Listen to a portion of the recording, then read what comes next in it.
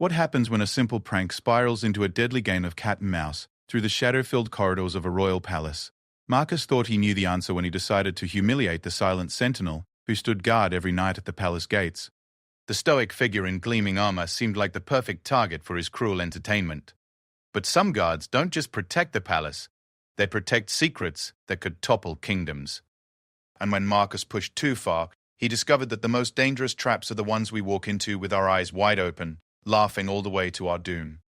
In the heart of a kingdom, where whispers carry more weight than swords, one young man's mockery would unleash a chain of events that would transform him from hunter to hunted, from tormentor to prey. Because sometimes the person you think is powerless holds all the power you never knew existed.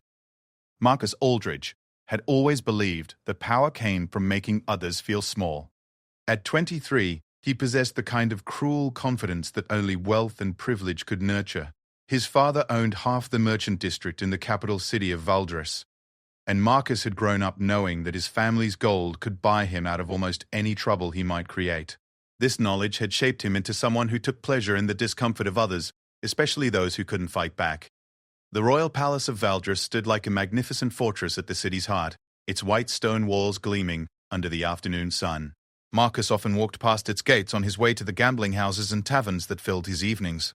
It was during these walks that he first noticed the silent figure who stood guard at the eastern gate. The guard never moved. Hour after hour, day after day, he remained perfectly still in his polished silver armor, his face hidden behind a helmet that reflected the light like a mirror. His hands rested on the pommel of a sword that seemed too large for practical use, and his stance suggested someone who had been carved from stone rather than born from flesh and blood. Most people hurried past the guard without a second glance. He was part of the palace scenery, as permanent and unremarkable as the stone gargoyles that watched from the towers above. But Marcus saw something different in that motionless figure. He saw an opportunity for entertainment. The first time Marcus decided to test the guard's resolve, he was returning from a particularly successful evening at the card tables. His pockets jingled with winnings, and wine had made him bold. As he approached the eastern gate, he deliberately stumbled and crashed into the guard's shoulder. The armored figure didn't react. He didn't shift his weight, turn his head, or even acknowledge that the collision had occurred. Marcus straightened his coat and grinned. He had found his new source of amusement. Over the following weeks, Marcus made the Eastern Gate a regular stop on his nightly adventures. He would approach the guard with increasingly elaborate provocations. He dropped coins at the man's feet and loudly wondered if guards were too proud to pick up free money. He told crude jokes in a voice loud enough for passing nobles to hear, hoping to embarrass the silent sentinel. He even brought friends to witness his performances, turning the guard's stoic endurance into entertainment for his circle of wealthy young troublemakers. The guard never responded. He stood like a statue while Marcus circled him, poking and prodding with words and gestures designed to provoke a reaction. This only encouraged Marcus to become more creative in his torments. Marcus began to research the guard's schedule. He learned that the man took his position at sunset and remained there until dawn, never taking breaks, never speaking to the other guards, never showing any sign of humanity beneath the armor. The locals called him the Ghost Guard because of his ability to remain perfectly still for hours at a time. Armed with this knowledge, Marcus started planning more elaborate pranks. He convinced a local artist to paint an insulting caricature on a large canvas, which he displayed across the street from the guard's position. The painting showed a knight cowering behind his sword, while children threw rotten fruit at him. Marcus paid street urchins to point at the painting and then at the guard, laughing loudly enough for everyone to hear. The guard remained motionless. Marcus escalated his campaign. He hired musicians to play mocking songs outside the palace gates, with lyrics that he had written himself about cowardly knights who were too afraid to fight. He organized fake ceremonies where he and his friends would bow mockingly to the guard, calling him "Your Silent Majesty" and "the Great Protector of Nothing." The other palace guards began to take notice. Some looked uncomfortable with Marcus's antics, but none of them intervened. The Ghost Guard was known for handling his own problems, they said. Besides, he had never asked for help, and he had never shown any sign that Marcus's behavior bothered him. This apparent indifference only fueled Marcus's determination to find the man's breaking point. He began to study the guard more carefully, looking for any crack in his composure. He noticed small details that others missed. The way the man's breathing created tiny movements in his chest plate, The almost imperceptible shift in his weight from one foot to the other every few hours, the way his helmet turned just slightly to track movement in his peripheral vision. These observations told Marcus that there was indeed a human being inside that armor, and where there was humanity, there was vulnerability. He just needed to find the right pressure point. Marcus started bringing personal items to his nightly performances. He would stand close to the guard and describe imaginary scenarios about the man's life. He invented stories about a cowardly knight who was too weak to fight real battles, so he hid behind palace duty where he could pretend to be important while doing nothing of value. He speculated loudly about what kind of man would choose such a pathetic existence. The guard's breathing remained steady, but Marcus thought he detected something new in the man's stillness. It wasn't the relaxed immobility of someone who was genuinely unbothered. It was the rigid control of someone who was working very hard to remain still. This realization excited Marcus more than anything he had experienced in months. He had found evidence of impact, proof that his efforts were having an effect. The guard was listening, thinking, feeling something about these nightly torments. Marcus just needed to push harder to bring those hidden emotions to the surface. He began to recruit larger audiences for his performances. He spread word through the taverns and gambling houses that something entertaining happened every night at the eastern gate of the palace. Young nobles and wealthy merchants' children started gathering to watch Marcus's increasingly elaborate shows. The crowds gave Marcus confidence to become more aggressive. He started using props in his performances, bringing toy swords and cardboard armor to mock the guard's profession. He staged fake sword fights where he and his friends would dramatically defeat enemies while the real guard stood silently nearby. One evening, Marcus decided to test the limits of the guard's professional restraint. He had discovered that palace guards were forbidden from leaving their posts for any reason except direct orders from their superiors or genuine threats to royal security. This meant that the ghost guard was essentially a prisoner in his own duty, unable to walk away no matter how provocative Marcus became. Marcus used this knowledge to corner the guard more aggressively than ever before. He stood directly in front of the armored figure, close enough to see his own reflection in the polished helmet. He spoke in a low voice that only the guard could hear, describing elaborate fantasies about the man's failures and humiliations. For the first time, Marcus saw a visible reaction. The guard's hands tightened almost imperceptibly on his sword's pommel. It was such a small movement that none of the watching crowd would have noticed, but Marcus was looking for exactly this kind of sign. The sight of that tiny response filled Marcus with a rush of satisfaction that was better than winning at cards, better than the finest wine, better than any pleasure he had ever experienced. He had found the guard's weakness, and now he knew exactly how to exploit it. As the weeks passed, Marcus's nighttime entertainment became the talk of the young noble class in Valdres. People made special trips to the palace just to watch his latest performance. Some brought their own contributions to the show, adding their voices to the mockery, or bringing new props for Marcus to use. The ghost guard endured it all, without moving, without speaking, without giving any sign that he was aware of the growing spectacle that surrounded his post. But Marcus had become expert at reading the tiny signs of tension in the man's posture, the slight changes in his breathing pattern, the almost invisible tightening of his grip on his weapon. Marcus knew he was winning this strange game, but he also knew that winning wasn't enough anymore. He wanted complete victory. He wanted to see the ghost guard break, to watch the man's legendary composure crumble in front of everyone who had gathered to witness Marcus's triumph. What Marcus didn't realize was that he had been carefully observed throughout his campaign of harassment. Eyes that he had never noticed were watching from the palace windows above, taking note of his methods, his schedule, his weaknesses. The ghost guard was not the only person who had been studying Marcus Aldridge. In the shadows of the palace, plans were being made. Preparations were being completed. A trap was being set, and Marcus was walking toward it with the confident stride of someone who believed he held all the power in this deadly game. The night when everything would change was approaching, and Marcus would finally learn the difference between a guard who stands silent and a guard who chooses silence for reasons that no one outside the palace walls could imagine.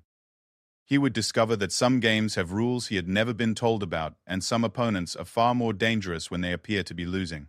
But for now, Marcus continued his nightly performances, basking in the attention and applause of his audience, completely unaware that he was no longer the hunter in this scenario. He had become the prey, and the trap was almost ready to spring.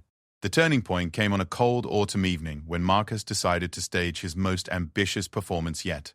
He had grown bored with simple mockery and verbal taunts.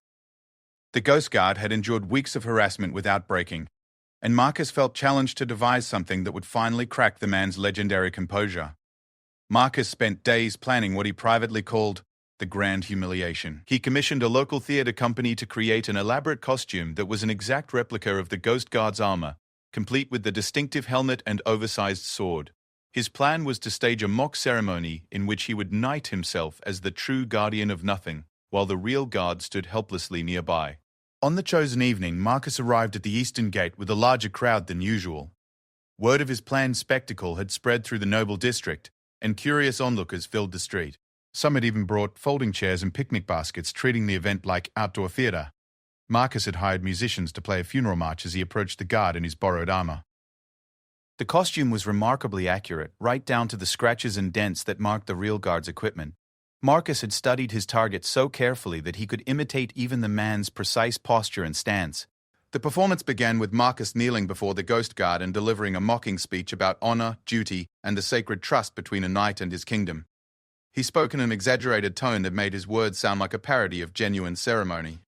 The crowd laughed appreciatively at each clever insult disguised as praise. Then Marcus stood and began to circle the motionless guard, critiquing his form and technique with the voice of a disappointed instructor. He pointed out imaginary flaws in the man's posture, questioned his readiness for combat, and suggested that real knights would be ashamed to claim kinship with such a pathetic specimen. The Ghost Guard's breathing remained steady, but Marcus noticed something new. The man's helmet had turned slightly, just enough to bring Marcus into his direct line of sight. This was the first time in weeks that the guard had acknowledged Marcus's presence so directly. Encouraged by this response, Marcus decided to push even further. He approached the guard and began to tap on his armor with a wooden sword from his costume. Each tap produced a hollow ringing sound that echoed off the palace walls. Marcus made a show of listening to these sounds, as if he were examining the quality of the armor. That was when the guard spoke for the first time. His voice was quiet, barely above a whisper, but in the evening stillness it carried clearly to Marcus's ears. The words were simple and seemed almost conversational. "You should be more careful." Marcus froze, his wooden sword halfway to another tap on the guard's breastplate. The crowd had not heard the guard's words, and they waited expectantly for Marcus to continue his performance. But Marcus found himself staring into the dark opening of the guard's helmet, trying to see the face that belonged to that calm, controlled voice. The warning could have meant anything. It might have been professional advice from someone who knew about combat and armor. It might have been a general observation about the dangers of mocking armed men. But something in the guard's tone made Marcus think that the warning was much more specific and personal than it appeared. Marcus lowered his wooden sword and took a step back.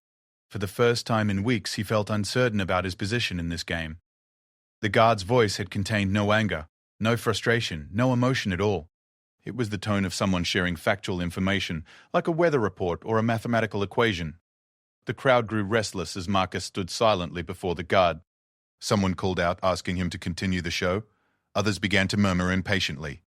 Marcus realized that he had to either escalate the performance or end it, and his pride would not allow him to retreat in front of so many witnesses. He raised his wooden sword again, but this time he aimed it directly at the guard's helmet. He did not intend to strike hard enough to cause damage, just to tap the metal faceplate in the ultimate gesture of disrespect. It would be the perfect climax to his evening's entertainment. Marcus swung the wooden blade in a gentle arc toward the guard's helmet. What happened next occurred so quickly that most of the crowd missed it entirely. The Ghost Guard moved. His hand came up from the pommel of his sword in a motion so fluid it seemed like liquid mercury. He caught Marcus's wooden sword in his gauntleted fingers and stopped it completely, holding it motionless just inches from his helmet. The movement had been so precise and controlled that it made no sound at all. Marcus found himself frozen in an awkward position, his arm extended, his toy weapon trapped in the guard's iron grip. He tried to pull the wooden sword free, but the guard's hold was absolute. Marcus might as well have been trying to move a mountain. The crowd fell silent. They had all seen the guard move, but the motion had been so quick and smooth that some weren't sure exactly what had happened. They knew something significant had occurred, but the guard was already motionless again, as if nothing had changed. Marcus stared into the dark opening of the guard's helmet and realized that he could see eyes looking back at him. They were calm eyes, patient eyes, but they were also the coldest eyes Marcus had ever seen. There was no anger in them, no emotion at all, just a calculating assessment that made Marcus feel like a specimen being examined by a scientist. The guard held Marcus's wooden sword for exactly 3 seconds, then released it. Marcus stumbled backward, nearly tripping over his costume armor. The wooden sword fell from his nerveless fingers and clattered on the cobblestones. The guard returned to his original position, hands on his sword pommel, face turned slightly away from the crowd. To anyone who had not been paying close attention, it would appear that nothing had happened at all. But Marcus knew better.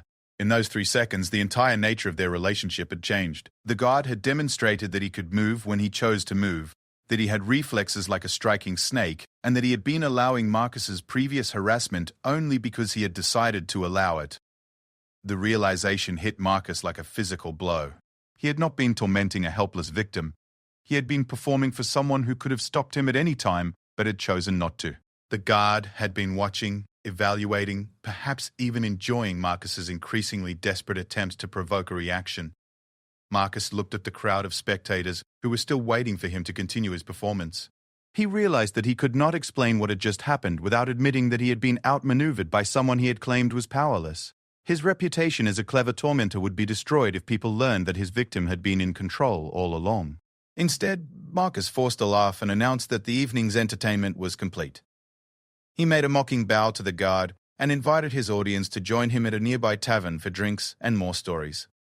Most of the crowd accepted this invitation eagerly, chattering excitedly about what they had witnessed. But as Marcus led the group away from the palace gates, he could feel the guard's eyes following him. The sensation was so strong that he had to resist the urge to look back over his shoulder. He had the uncomfortable feeling that the guard was memorizing his face, his walk, his mannerisms, storing away information for some future purpose. At the tavern, Marcus found it difficult to concentrate on the celebrations happening around him. His friends praised his performance and demanded details about how he had planned each element of the show. But Marcus kept thinking about those 3 seconds when his wooden sword had been trapped in the guard's grip, and about the cold calculation he had seen in those hidden eyes.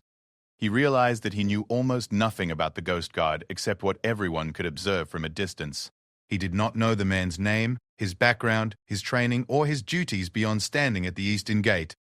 Marcus had treated him like a prop in his performances, but now he understood that he had been dealing with a complete unknown. That night, Marcus could not sleep. He lay in his comfortable bed in his family's mansion, staring at the ceiling and replaying the evening's events over and over in his mind. The guard's warning echoed in his thoughts. You should be more careful. The words seemed to carry more weight now, as if they had been prophecy rather than advice. Marcus began to wonder what would have happened if he had actually struck the guard's helmet with his wooden sword. Would those lightning-fast reflexes have resulted in a more aggressive response? Was the guard bound by rules of engagement that prevented him from retaliating against civilian provocation, or had he simply chosen not to escalate the situation? The questions multiplied in Marcus's mind until he felt overwhelmed by his own ignorance. He had spent weeks studying the guard's exterior behavior, but he had learned nothing about the man himself. Now he realized that this knowledge gap might be dangerous. Over the following days, Marcus found himself avoiding the eastern gate of the palace. He told his friends that he was bored with tormenting the ghost guard, that the game had lost its appeal, that the truth was that Marcus had been shaken by the encounter and needed time to reconsider his approach. He began to ask questions about the palace guards in general, trying to learn more about their training, their backgrounds, their duties. What he discovered was not reassuring. Palace guards were chosen from among the most skilled warriors in the kingdom. They underwent years of intensive training, not just in combat, but in observation, strategy, and the subtle arts of protection and investigation. The Ghost Guard, according to the little information Marcus could gather, was considered unusual even among this elite group. He had been assigned to the Eastern Gate for over 2 years, and in that time he had never spoken to any of the other guards, never taken leave, never been seen anywhere except at his post. Some of the other palace staff whispered that he might not be entirely human. This last piece of gossip made Marcus laugh, but uneasily. He had felt the strength in the guard's grip when his wooden sword had been caught and held motionless. He had seen the inhuman precision of the man's reflexes. There had been something unsettling about the complete absence of emotion in those hidden eyes. Marcus tried to convince himself that he was being foolish, that his imagination was running away with him because of one unexpected moment. The guard was just a man doing his job, nothing more. The warning had probably been meant kindly. The quick reflexes were simply the result of professional training, and the cold eyes were just the natural result of wearing a helmet that shadowed the face. But despite these rational explanations, Marcus found himself changing his nightly routes to avoid the eastern gate entirely. He told himself this was temporary, just until he could plan his next move in their game. He would return when he was ready with a new strategy, a better approach, a way to regain control of the situation. What Marcus did not realize was that avoiding the guard was not the same as avoiding the guard's attention. Eyes that he could not see were still watching him, noting his new routes, his changed behavior, his obvious unease. The game was continuing, even though Marcus thought he had stepped away from it. In the shadows of the palace, preparations were being made for the next phase of a plan that Marcus had never suspected existed. His weeks of harassment had not been endured passively, they had been studied and catalogued, and now that information was being put to use in ways that would soon become terrifyingly clear. Marcus's instinct to be more careful had been correct, but it was already too late to change the course of events he had set in motion. The trap was nearly ready, and soon Marcus would learn exactly what kind of opponent he had chosen to provoke with his cruel entertainment. Marcus tried to maintain his normal routine for a week after the incident with the wooden sword, but he found it impossible to ignore the nagging sensation that he was being watched. The feeling followed him everywhere, through the market districts where he conducted his family's business, in the gambling houses where he spent his evenings, even in his own home where he should have felt completely safe. At first, Marcus attributed this paranoia to his guilty conscience. He had been rattled by his encounter with the Ghost Guard, and his imagination was creating threats where none existed. But as the days passed, he began to notice concrete evidence that his movements were being observed and tracked. Small things, subtle things, but unmistakable once he started paying attention. A face in a crowd that he saw twice in different locations on the same day. A figure standing in an alley that turned away too quickly when Marcus looked in that direction. The sound of footsteps that matched his pace too perfectly to be coincidental. Marcus began to vary his routes and schedules, testing to see if the surveillance would adapt to his changes. It did. When he took an unexpected turn down a side street, someone was always positioned to continue the observation from a new angle. When he entered a building through one door, someone was waiting outside the exit he would most likely use. The watchers were professionals. They never allowed themselves to be seen clearly, never followed too closely, never made any move that could be interpreted as threatening. But their presence was constant and inescapable. Marcus realized that he was being studied with the same systematic thoroughness that he had once applied to studying the Ghost Guard. This discovery filled Marcus with a mixture of fear and indignation. He was a wealthy merchant's son, a respectable member of society, who had done nothing worse than engage in some harmless mockery. What right did anyone have to spy on him like a common criminal? The surveillance felt like a violation of his privacy and his status. Marcus considered reporting the matter to the city authorities, but he realized that he could not prove his suspicions.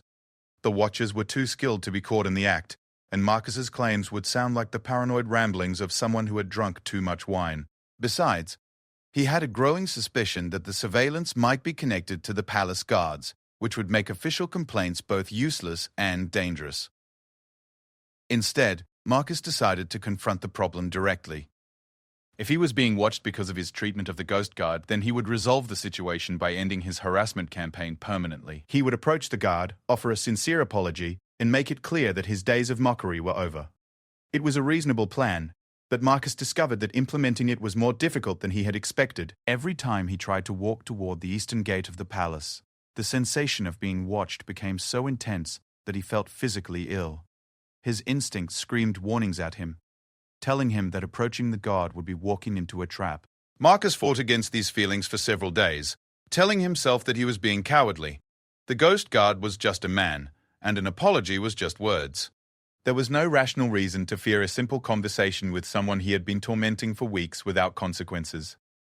But when Marcus finally forced himself to walk to the eastern gate on a cold evening in late autumn, he discovered that his instincts had been trying to protect him from something far more dangerous than he had imagined. The Ghost Guard was at his usual post, motionless and silent in his gleaming armor. Nothing about him had changed, but something about the entire situation felt fundamentally different. The air around the gate seemed charged with tension, like the moment before a lightning strike. Marcus approached slowly, rehearsing the apology he had planned to deliver. He would be humble but dignified, acknowledging that his behavior had been inappropriate, while maintaining his self-respect.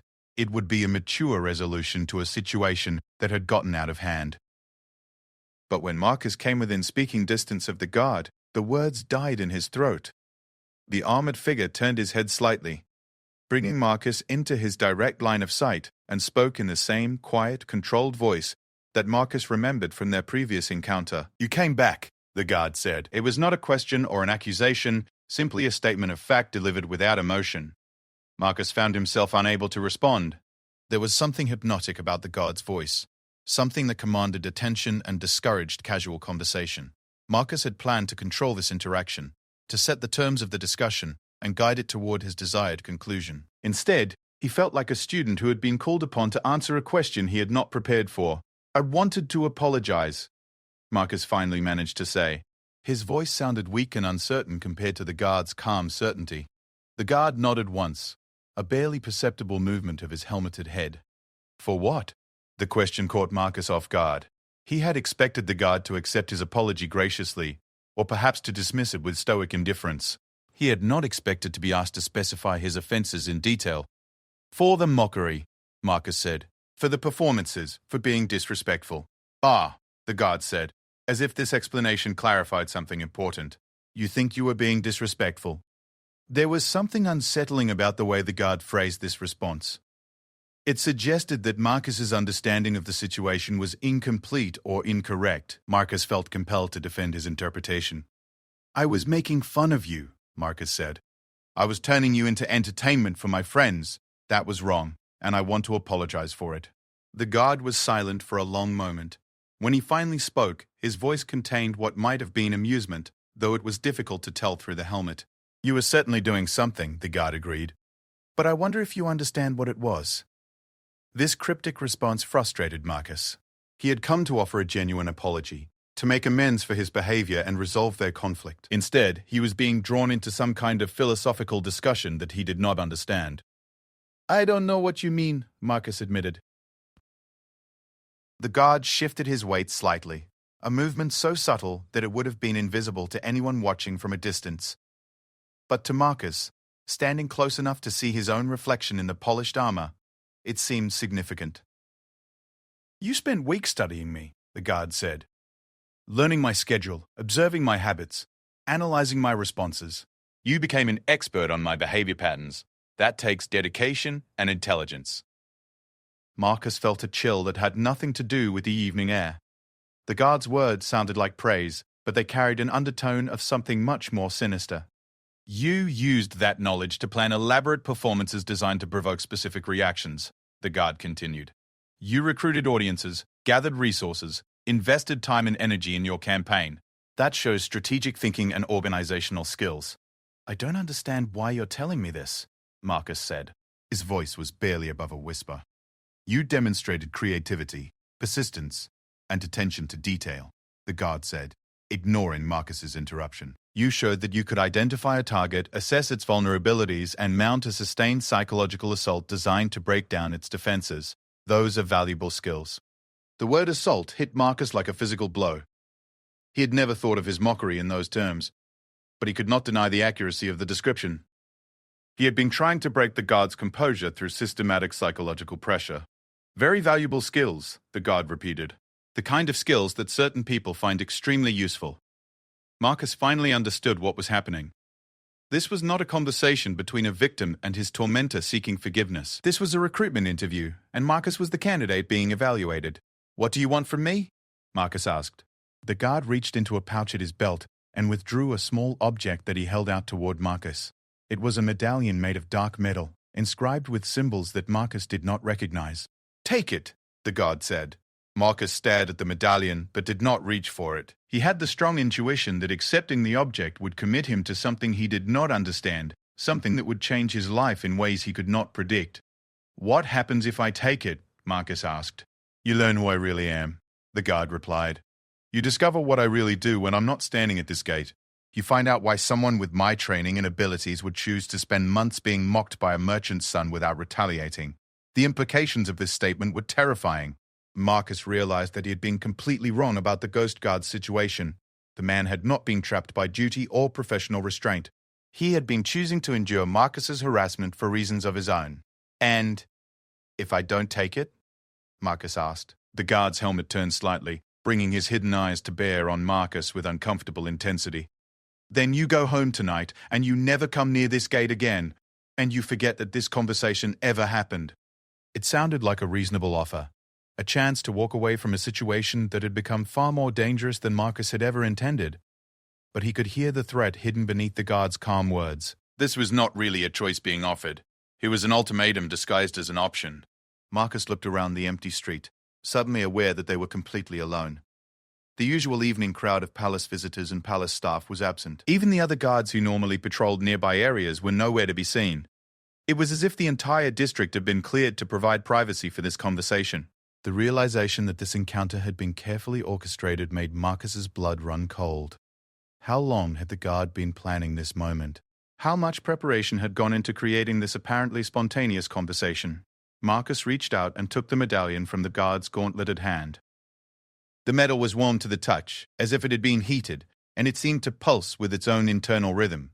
The symbols inscribed on its surface appeared to shift and change as Marcus looked at them, though he knew this had to be a trick of the lighting. "Excellent choice," the guard said. His voice now carried a note of satisfaction that chilled Marcus more than any threat could have. "Tomorrow night, when the cathedral bells ring midnight, go to the old bridge. Stand at the center and hold the medallion above your head. Someone will meet you there." "What if I change my mind?" Marcus asked. "What if I decide not to go?" The guard's helmet tilted slightly, as if he were considering the question seriously. "That would be unfortunate," he said finally. "For you." Marcus wanted to ask what that meant, but something in the guard's posture discouraged further questions.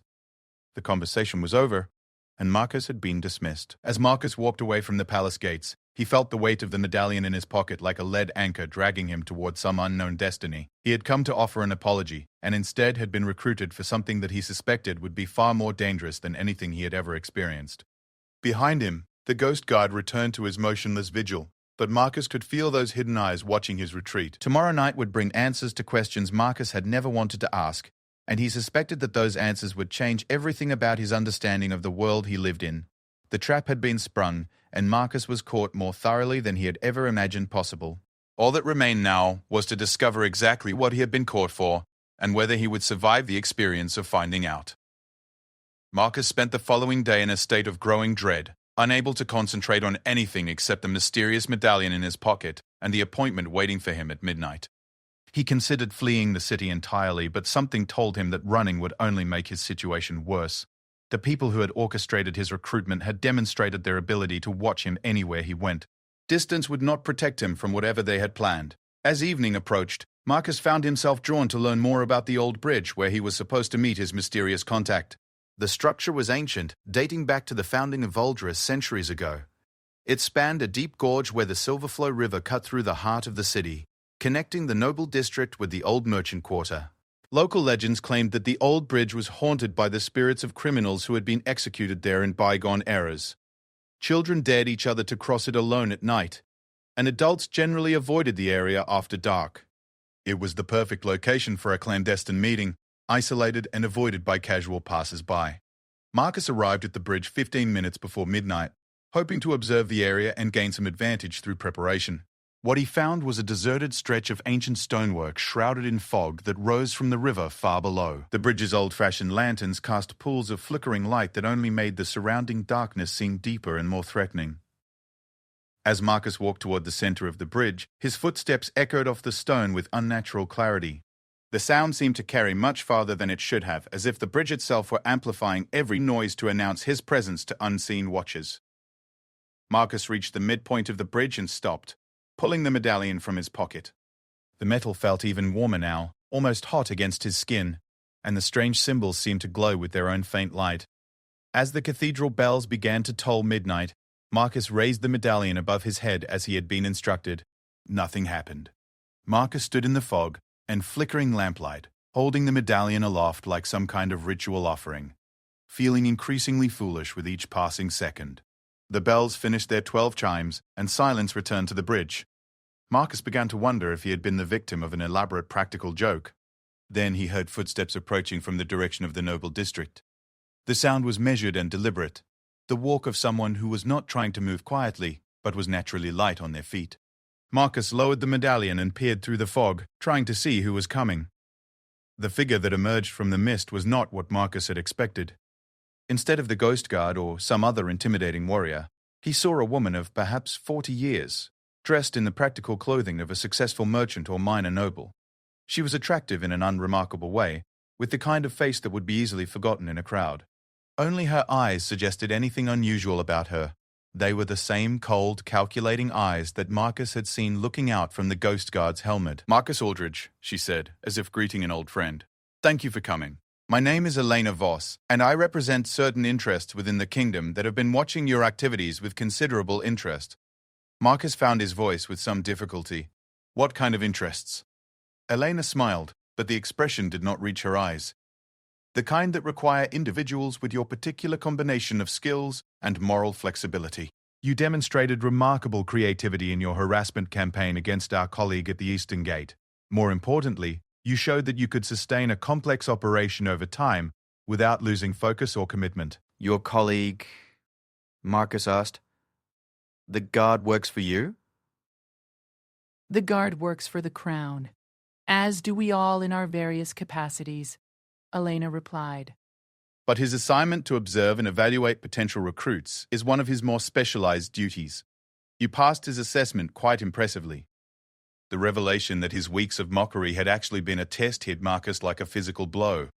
Everything he had thought he understood about the situation had been wrong. He had not been tormenting a helpless victim. He had been auditioning for a role he had never known existed. "What kind of role?" Marcus asked, though he suspected he did not want to know the answer. Elena gestured for him to walk with her toward the merchant quarter side of the bridge. "The kingdom faces threats that cannot be addressed through conventional means," she explained as they walked. "Enemies who hide among loyal citizens. Problems that require subtle solutions. Situations where official action would create more difficulties than it would resolve." Marcus felt his stomach clench with understanding. "You want me to become a spy?" "Spy is such a crude word," Elena said. "We prefer to think of our people as specialized problem solvers. You would be trained in observation, infiltration, manipulation, and when necessary, elimination of obstacles to the kingdom's security." The word elimination hung in the fog between them like a death sentence. Marcus stopped walking and stared at Elena's pleasant, forgettable face. "You want me to become an assassin?" he said. Elena's expression did not change. "Among other things, yes. Your background as a wealthy merchant's son would provide excellent cover for operations in noble and commercial circles. Your demonstrated ability to manipulate and deceive would be invaluable in extracting information from targets. And your obvious lack of conventional moral constraints suggests that you would adapt well to the moral ambiguities of our work." Marcus felt as if the bridge was spinning beneath his feet. Everything in his life had led to this moment, and he realized that every choice he had made, every cruel impulse he had followed, had been steering him toward this recruitment. His harassment of the ghost guard had not been random entertainment. It had been a demonstration of his suitability for a profession that required the systematic destruction of other people's lives. "What if I refuse?" Marcus asked. Elena stopped walking and turned to face him directly. For the first time, her pleasant expression showed something approaching genuine emotion, disappointment mixed with regret. "You cannot refuse," she said simply. "You know too much already. You have seen the medallion, met with me, learned that the kingdom employs people like us for purposes that must remain secret. That knowledge makes you either an asset or a liability, and we do not allow liabilities to continue existing." Marcus looked at the medallion still clutched in his hand and realized that it was both his invitation to a new life and his death warrant if he tried to decline the invitation. He had walked willingly into a trap that had been designed specifically for someone with his personality and weaknesses. "How long do I have to decide?" Marcus asked, though he already knew that the decision had been made for him. "You have already decided," Elena replied. "By taking the medallion, by coming to this meeting, by listening to what I have told you, you have committed yourself to our service. The only question now is whether you will embrace your new role willingly or require more forceful persuasion." As if summoned by her words. Figures began emerging from the fog on both ends of the bridge. Marcus counted at least 6 people, all moving with the controlled grace of professional fighters. He was surrounded, outnumbered, and completely at the mercy of people who had demonstrated their ability to plan and execute complex operations. "What happens now?" Marcus asked. Elena's smile returned, warmer and more genuine than before. "Now you begin your real education. The skills you developed in tormenting our friend at the Eastern Gate were impressive for an amateur, but they are crude, compared to what you will learn in our service. We will teach you to read people like books, to manipulate their emotions and decisions without them ever realizing they are being controlled. You will learn to become anyone you need to be, to slip in and out of social situations like a ghost, to extract secrets and eliminate problems with surgical precision. Marcus felt a strange mixture of terror and excitement. The prospect of developing such abilities was seductive, even though he understood that accepting this training would transform him into something far more dangerous than he had ever imagined becoming. "And if I prove to be unsuitable for this work?" Marcus asked. Elena's expression became gentle, almost motherly. "Then your training will end permanently, and your body will be found in an alley somewhere with evidence suggesting that you were killed during a robbery gone wrong. Your family will mourn, your friends will forget, and the kingdom will be slightly safer for your absence." The casual way she described his potential murder was more frightening than any dramatic threat could have been. Elena spoke of killing him the way another person might discuss the weather, as a simple fact of nature that might or might not occur depending on circumstances. Marcus realized that he was looking at his future self. Elena had once been someone like him, probably recruited through similar methods, trained in the same arts of manipulation and elimination. She had become so comfortable with violence and deception that she could discuss them as easily as a merchant might discuss the price of grain. "When does my training begin?" Marcus asked, surrendering to the inevitable. Elena clapped her hands together once, a gesture that seemed almost girlish in its enthusiasm. "Immediately," she said. "Your first lesson starts now." She gestured to one of the figures who had emerged from the fog, and Marcus saw that it was the Ghost Guard, still wearing his distinctive armor but moving with casual familiarity instead of rigid formality. "You are going to kill him," Elena announced cheerfully. Marcus stared at her in shock. "What?"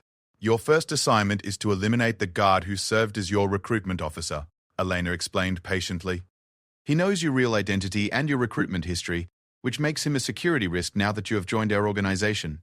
More importantly, killing him will demonstrate your commitment to your new role and remove any lingering sentiment you might feel about your previous life." The Ghost Guard stepped forward and removed his helmet, revealing the face of a man perhaps 10 years older than Marcus. He had dark hair, pale skin, and the same cold eyes that Marcus had seen through the helmet's opening. But now those eyes showed something that might have been resignation or even relief. "This is how it always ends," the guard said quietly. "Every recruitment concludes with the elimination of the recruitment officer. It ensures that no one can trace new agents back to their origins." Elena handed Marcus a knife with a blade that gleamed in the lamplight.